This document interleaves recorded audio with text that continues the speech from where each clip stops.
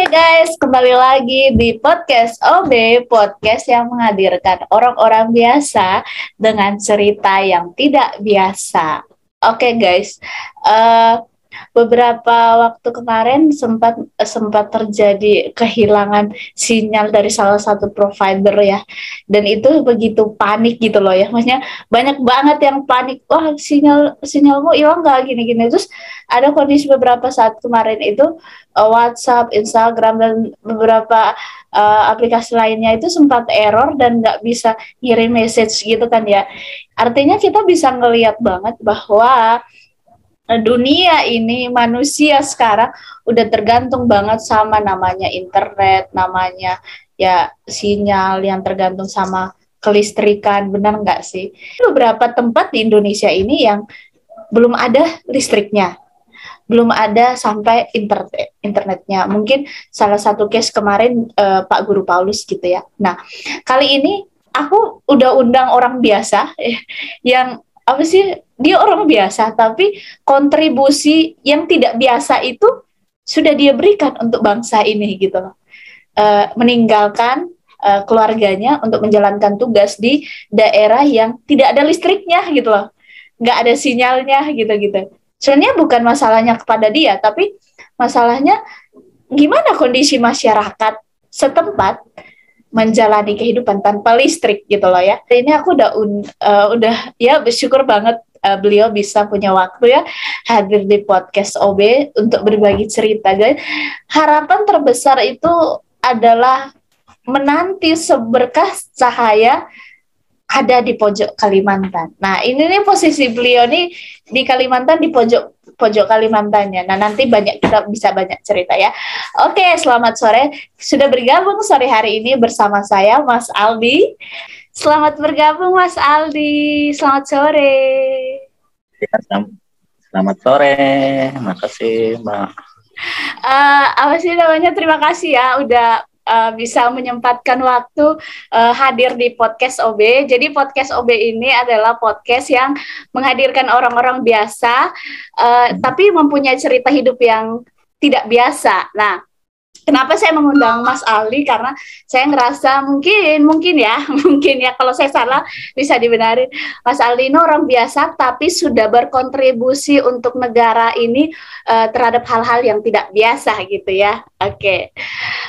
Sore hari ini kita punya satu tema yang rasanya keren banget sih menurut saya. Menurut saya keren banget sih. Jadi tema kita sore hari ini menanti seberkas cahaya di pojok Kalimantan. Nah, tapi sebelum kita masuk di dalam pembicaraan kita yang nanti santai aja lah ya. Coba Mas Aldi kenalin diri dulu dong. Kenalin secara garis besar aja lah, biar pada tahu siapa sih Mas Aldi ini. Kok jadi kayak pakai kacamata itu kayak nggak kelihatan siapa sih. Ya. Baik, kenalkan nama saya Aldi. Stay untuk saat ini di Kalimantan Barat, dan kebetulan saat ini berada di perbatasan Kalimantan Barat dengan Kalimantan Tengah. Oke. Aku pengen tahu dong profesi Mas Aldi sekarang itu apa? Jadi kayak ngapain aja tugasnya hari-hari di sana gitu.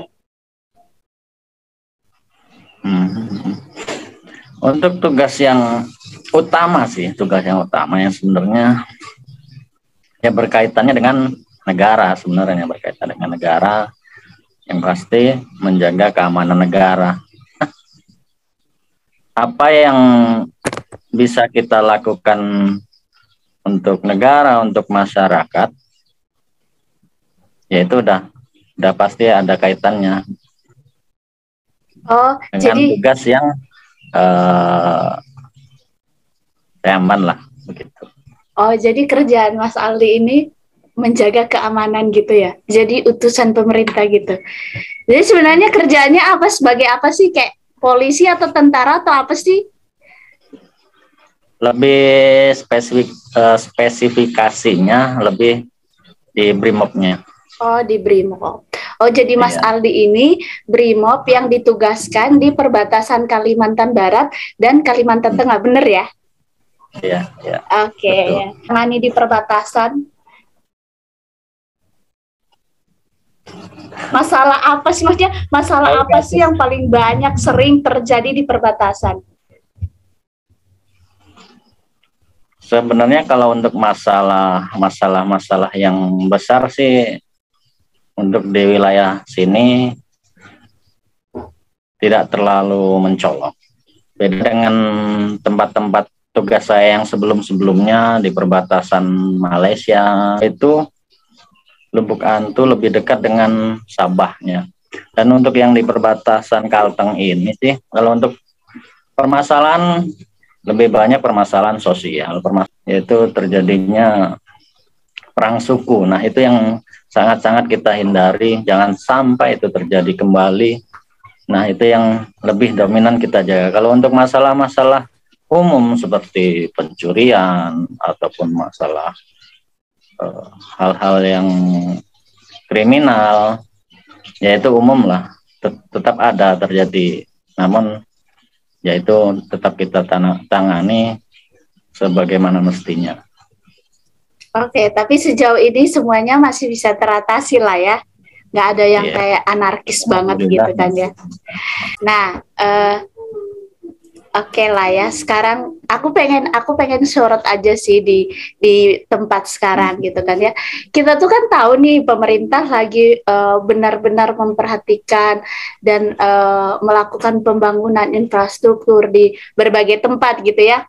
Dari Sabang sampai Merauke lah pokoknya, bahkan mungkin tempat-tempat yang dulu nggak terjangkau sekarang itu mulai terjangkau karena mulai ada pembangunan jalan dan sebagainya gitu ya. Nah, kalau di perbatasan Kalimantan Barat sama Kalbar sama Kalteng ini sudah terjamah juga nggak sama pembangunan yang sedang digerakkan oleh pemerintah? Maksudnya di situ juga terjadi pembangunan atau seperti apa atau malah ketinggalan gitu? Gimana kondisi di sana, Mas Aldi? Baiklah, pembangunan infrastruktur ya sebenarnya untuk wilayah sini daerah sini masih minim.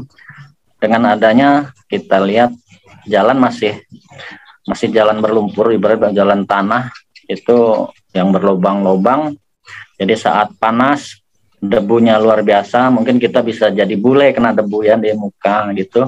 Kelihatan putih ya. Iya, saya yang hitam gini bisa jadi putih. Oh, jadi Mas Aldi ternyata pernah putih juga ya? Kadang-kadang, Mbak. Pada musim-musim tertentu.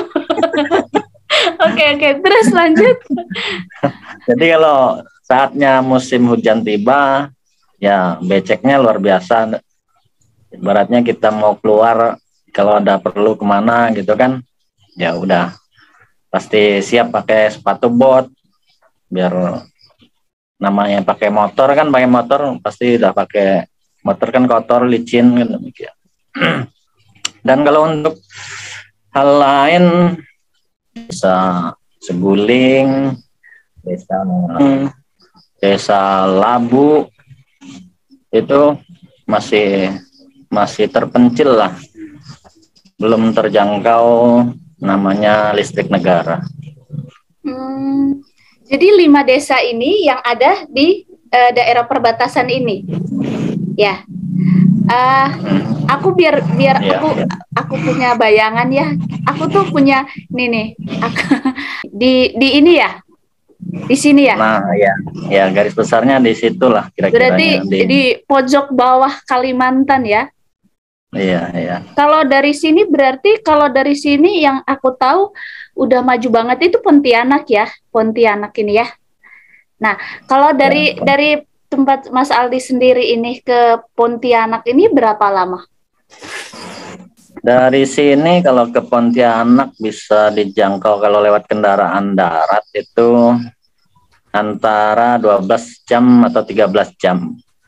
Tergantung kecepatannya itu lagi. 13 Tapi jam, pada umumnya ya 12 jam sampai 13 jam. Oke, lumayan jauh lah ya. Itu kan bukan karena macet kan ya? Tapi bukan karena macet, tapi emang jaraknya ya. Oke.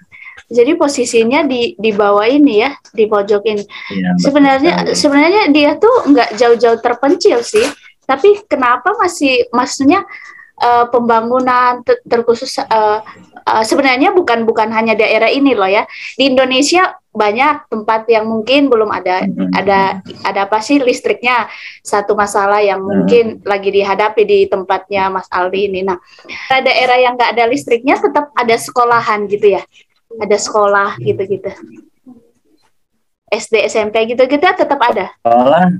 Sekolah sih ada, sekolah ada untuk cuman kalau untuk SD dan kalau untuk SMP SMA itu rata-rata harus pergi dengan waktu sekitar 2 jam sampai 3 jam.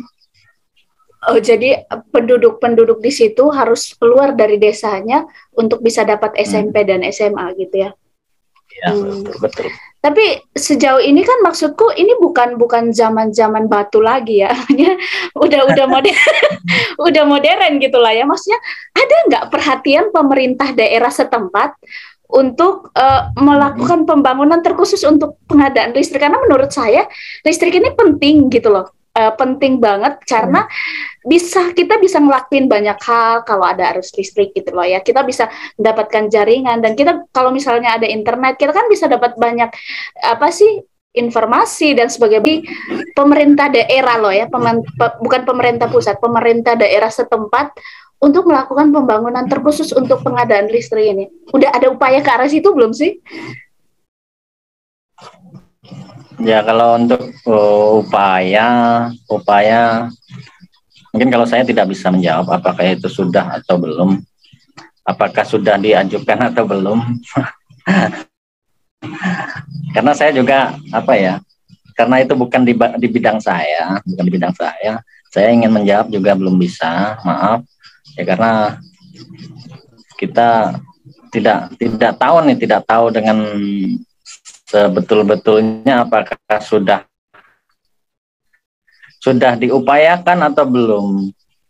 Nanti takut salah saya ngomong gitu kan, takut salah karena memang benar-benar ibaratnya saya belum mengetahui apakah dari pihak pemerintah kita, pemerintah daerah ataupun sudah mengajukan ke pusat atau belum bisa saya utarakan, tapi saya rasa sih sudah cukup lama ibaratnya untuk daerah-daerah lain yang mungkin sudah mulai maju dengan adanya listrik dan jaringan-jaringan internet bisa lebih maju dengan pesat.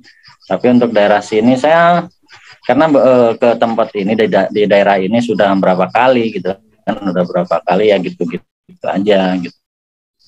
Jadi sepanjang Mas Aldi ada di sana belum ada perkembangan, belum ada pergerakan juga ya? Lagi sedikit dulu sekitar tahun 2014-2015 saya juga pernah di daerah sini. Jadi begitu saya kembali lagi ke sini kok tetap aja ternyata masih sama. Itu selang berapa waktu? Maksudnya pertama kali datang terus berapa tahun lagi datang kedua? Maksudnya berapa tahun? 2 tahun, 2-3 tahun gitu? 2015, kalau sekarang kan 2021 ya, sekitar 6 tahun. 6 tahun itu berarti ada satu periode kepemimpinan presiden, pergantian presiden gitu ya. Tapi masih belum, benar nggak sih? Tapi masih belum ada perubahan juga di daerah ini ya. Apa sih maksudnya ya, entah belum ada perhatian dari pemerintah ataukah sudah ada tapi belum tersalurkan, kita mungkin nggak tahu lah ya. Kita nggak tahu, kita cuman masyarakat biasa, orang-orang biasa gitu ya, tapi kita berharap ntar salah ngomong lagi. Maksudnya tapi berharap ini menjadi salah satu perhatian pemerintah juga gitulah ya, karena kalau bicara soal perkembangan ini, sedangkan di dalam dunia pendidikan, di dalam segala hal aspek kehidupan ini sudah mulai dibuat standar-standar yang menyetarakan dari Sabang sampai Merauke gitu loh ya. Tapi misalnya kalau pembangunan aja nggak merata kayak gini, pasti ada yang tertinggal gitu ya. Benar nggak sih Mas Aldi? center biar agak dekat. Udah mulai gelap ya di sana ya Mas Aldi ya? Iya, udah mulai gelap nih, Mbak. Udah nggak ada listrik lagi ya? Penerangannya pakai apa dong? Pakai bulan bisa nggak ya? Oke, semoga masih bisa kelihatan lah wajah Mas Aldi ya. Ini saya pakai bantuan HP untuk jadi senternya. Oh, wah, proud banget lah ya. Terima kasih lah ya. Jadi ada hambatan. Namun namanya kita sudah tugas, apapun kita upayakan agar bisa berjalan sebagaimana mestinya. Tapi Mas ya hanya saja itu disayangkan untuk di wilayah perbatasan yang memang berbatasan langsung belum terjangkau. Misalnya nih kan biasanya di perbatasan itu tempat orang transit, biasanya tempat orang transit. Namun saat di tempat transit mau berkomunikasi tidak bisa, untuk listrik juga tidak ada kan. Nah, itu sebenarnya bisa jadi kendala. Misal orang di perjalanan dia kebingungan untuk bertanya dengan tempat tujuannya, mungkin mau berkomunikasi susah. Nggak bisa ngelihat maps ya, karena nggak ada sinyal ya. Kemungkinan nyasar pasti besar banget. Kalau nggak, berarti karena nggak ada sinyal, nggak bisa ngelihat maps, berarti harus bawa peta, iya nggak sih? Jadi baca peta Dora gitu nggak? Ya, benar ya. Iya ya. Oke Mas Aldi, karena udah mulai gelap nih ya, kita mau percepat aja. Jadi sebenarnya apa yang menjadi harapan Mas Aldi nih ya sebagai orang ya petugas utusan pemerintah lah ya, jajaran orang-orang pemerintahan, apa sih yang diharapin untuk daerah setempat, untuk masyarakat setempat dari pemerintah gitu? Emang bener gitu loh, makanya iya beneran tentu aja mereka dengan mereka bisa pergi kuliah di Jawa, di luar provinsi, itu kan ya karena faktor ekonominya udah lumayan. Kalau enggak mungkin dong sampai ke sana. Benar.